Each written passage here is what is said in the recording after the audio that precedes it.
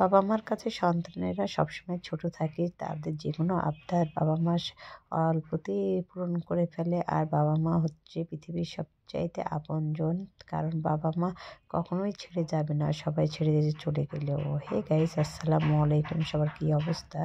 তো এই তো আমার আম্মা বাসাতে ঘি বানাচ্ছে। আসলে ঘি বানানোর প্রস্তুতিটা হচ্ছে, প্রথমত দুধের সরগুলোকে প্রত্যেকদিন একটু একটু করে জমানো হয়েছিল। জমানোর পরে আমরা হচ্ছে দুধের সরগুলোকে এইভাবে ঘুটনি দিয়ে ঘুটে নিচ্ছি আর কি। আমরা আমাদের আঞ্চলিক ভাষায় বলি ডাল ঘুটনি। সেই ডাল ঘুটনিটা দিয়ে আমরা ঘুটে নিয়েছিলাম। অনেক জোরে জোরে ঘুরতে হবে, তারপরে দেখতে হবে যে নুনি হয়েছে কিনা। যখন নুনি হয়ে যাবে তখনই তো এইভাবে ঠান্ডা পানি দিতে হবে। আর গরমের সময় যারা বানাবে তারা অবশ্যই ফ্রিজে রাখা ঠান্ডা পানি দিতে হবে। যেহেতু আমরা শীতের সময় বানিয়েছি, এই জন্য আমরা রাত্রের পানিটা সকালে ব্যবহার করেছি। আর পানিটা ঠান্ডা ছিল। আর এই তো এইভাবে আস্তে আস্তে সব নুনিগুলো উঠাতে হবে, আর উঠিয়ে এইভাবে জমা করতে হবে। আর এই নুনি জমানো হয়ে গেছে, তারপরেও দেখতে পাচ্ছেন যে কিছুটা পানি চলে আসছে, মানে এটাকে বলে ঘোল আর কি, ঘোল, ঘিয়ের ঘোল। তো অনেকেই আমরা রোজার সময় খেয়ে থাকি। আর এই নুনিটাকে আমি রেখে দিয়েছিলাম কিছুক্ষণের জন্যে। তারপরে এই যে পাত্রে দিয়ে দিলাম, আর এই তো নুনিটা গলে একদম ঘি হয়ে যাচ্ছে। আর এখানে আমরা যেহেতু মাংস রান্না করব আজকে, এই জন্য আমি এক সাইডে পেঁয়াজগুলো দিয়ে দিয়েছি কড়াইয়ে, আর এখানে হচ্ছে তেজপাতা, গরম মশলা এগুলো দিলাম। আমরা দেখতে পাচ্ছেন আমাদের ঘি বানানো শেষ। আর ঘি বানানো এত সোজা, আমি তো অনেক ছোটোবেলায় অনেক দেখছি, বাট বড় হয়ে দেখলাম এখন আমি নিজেও পারবো বানাতে। আর এই তো আমরা এখানে মশলার পেঁয়াজগুলো যখন দিয়ে দিলাম, তখন আমরা এখানে মশলা অ্যাড করে দিলাম। এখানে আদা বাটা, রসুন বাটা, জিরা বাটা দিয়ে দিলাম।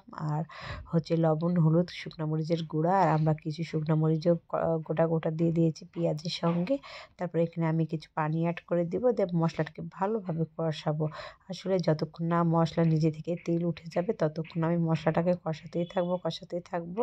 এই তো কষাচ্ছিলাম। আর কিছু কথা শেয়ার করি, যে হচ্ছে আসলে বাসায় প্রত্যেকদিন একটু একটু করে সরগুলো আমরা ফ্রিজে যে জমা করেছিলাম। আর যখন দেখলাম যে অনেকগুলো দুধের সর হয়ে গেছে, তখন আমরা দুধের সরগুলোকে ভালোভাবে ঘুটনি দিয়ে ঘুটলাম। ঘোটার পরে নুনি আসলো, নুনি আসার পরে আমরা সব নুনিগুলোকে পানি থেকে উঠিয়ে নিয়েছি, মানে ঘোল থেকে আর কি। তারপরে দেখলেন তো খুব সহজ পদ্ধতিতে বানিয়ে ফেললাম। আর এই তো আমাদের মশলা যেহেতু থেকে তেল ছেড়ে দিছে, আর তখনই আমি সব মাংসগুলোকে দিয়ে দিলাম। আর মাংসগুলোকে এপাশ থেকে ওপাশ আমি নেড়ে দিচ্ছি আর কি, উল্টায় উল্টায় লাড়তে হবে। আসলে যেটা কমন ব্যাপার, সবাই যেভাবে আমরা তরকারি রান্না করি এখানে আমিও সেভাবে নাড়ানাড়ি করতেছি। আর এই তো মাংসটা আসলে কষতেছি।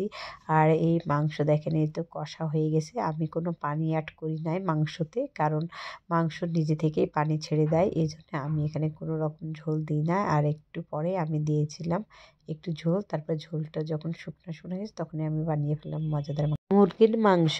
আল্লাহ হাফেজ।